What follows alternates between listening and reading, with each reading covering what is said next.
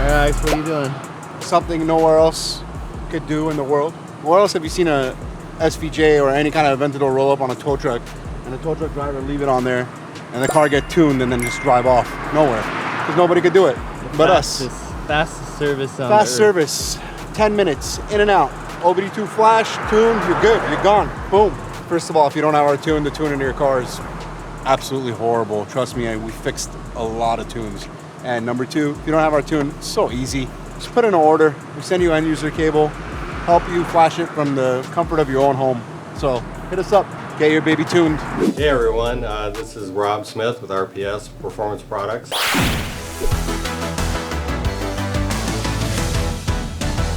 Been in business since 1989. Main thing we specialize is clutches. I got in the clutch business way back in the 90s because I got into the import drag racing. I'm sure you guys remember the Hondas and the Eclipses and then finally the Supras. Well, everyone had clutch problems. So anyway, it got me in the clutch business, and now it's progressed to 3,000 horsepower Vipers, 2,500 horsepower Corvettes, and almost 2,000 horsepower Lamborghinis. We do all our own machining in-house. I have 7 CNCs. I love the machining. I love making something out of nothing. All a clutch is designed to do is when the car is stationary and not moving, the engine is idling at, let's say, 1,000 RPM, and the rear wheels are at 0.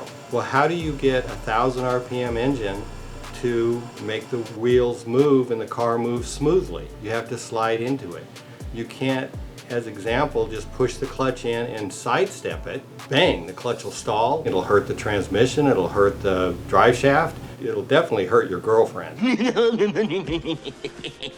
The number one question I get when anyone calls to order a clutch: how long will my clutch last? The answer is mainly dependent on 2 main factors: the driver, and then also the horsepower level and the performance and how it's driven and where it's driven.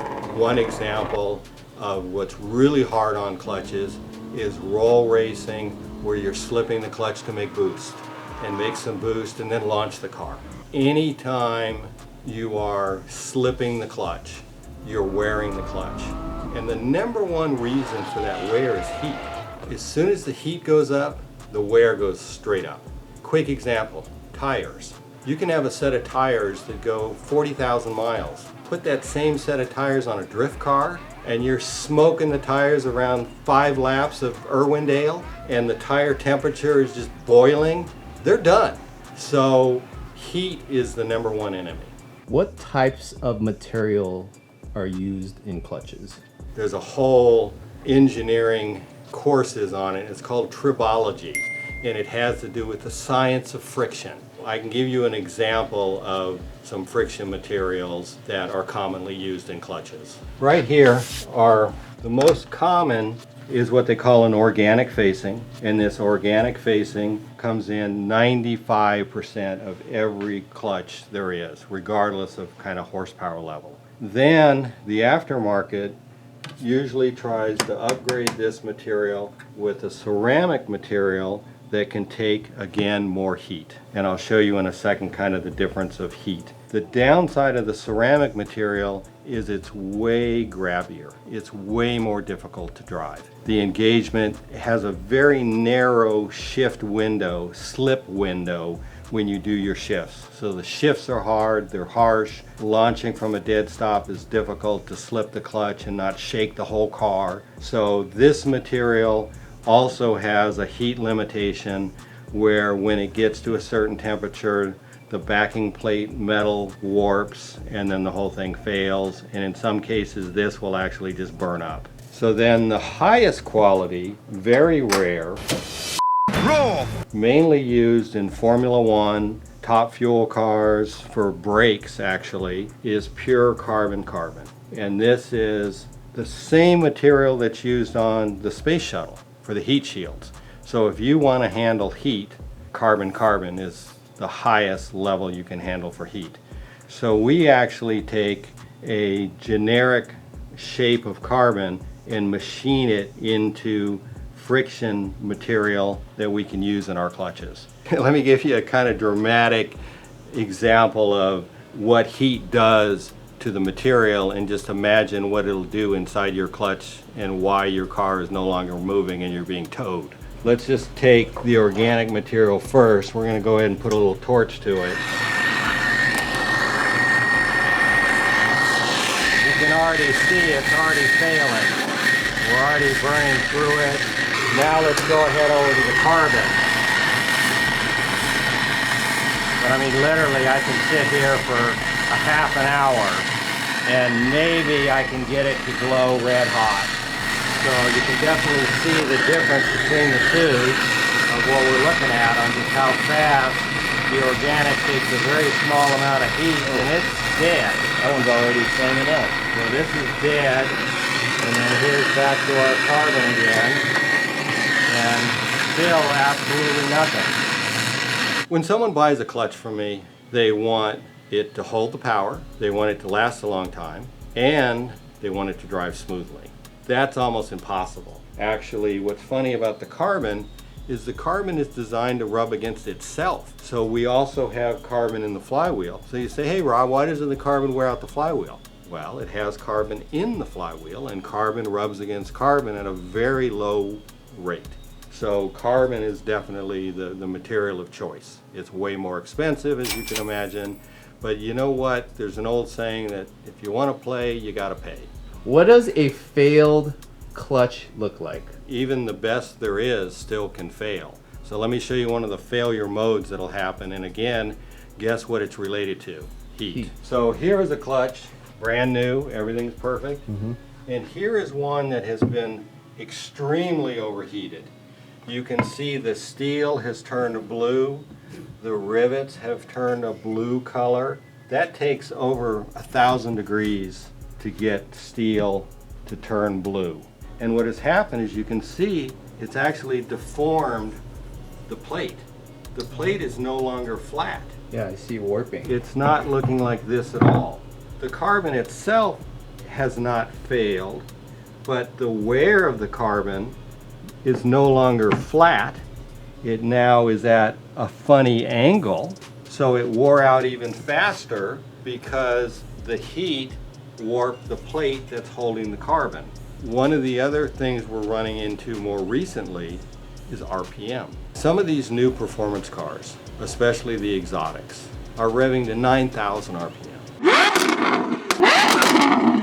Imagine how much wear you're going to have slipping the clutch at 9,000 RPM versus 5,000 RPM.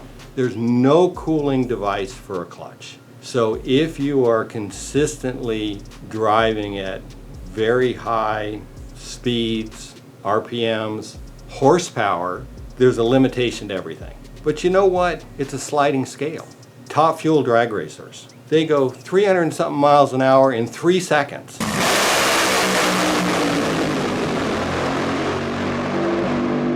They replace the clutch every pass, which means every 3 seconds of fun time, it costs you a couple $1,000. Well, they could certainly go in a lower class with an automatic, and they could run 100 passes and then replace the torque converter for half the money.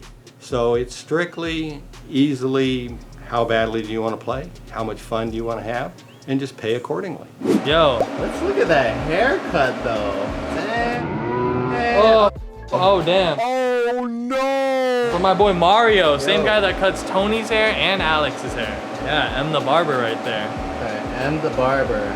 Shout out Mario. Oh yeah, and to the guy that said my wardrobe's looking as tired as Alex. I don't know who that's a bigger insult to, me or Alex, but I'm at work, not the beauty contest, man. I'm not mad. What are you working on today? Some Gintani Urus goodness. Get your Gintani Urus, you know what I mean? Yo, that looks clean. What are you doing to this right now exactly? Okay, wait, okay, all right, cool. You working on it? All right. I can't tell you, Tony Kim. I can't tell you nothing. What else There was you got? also one more comment that really spoke to me. It said that Tony, Alex, and I get all the 304s. I had to Google what that meant, but after Googling it, I got this nice tattoo here.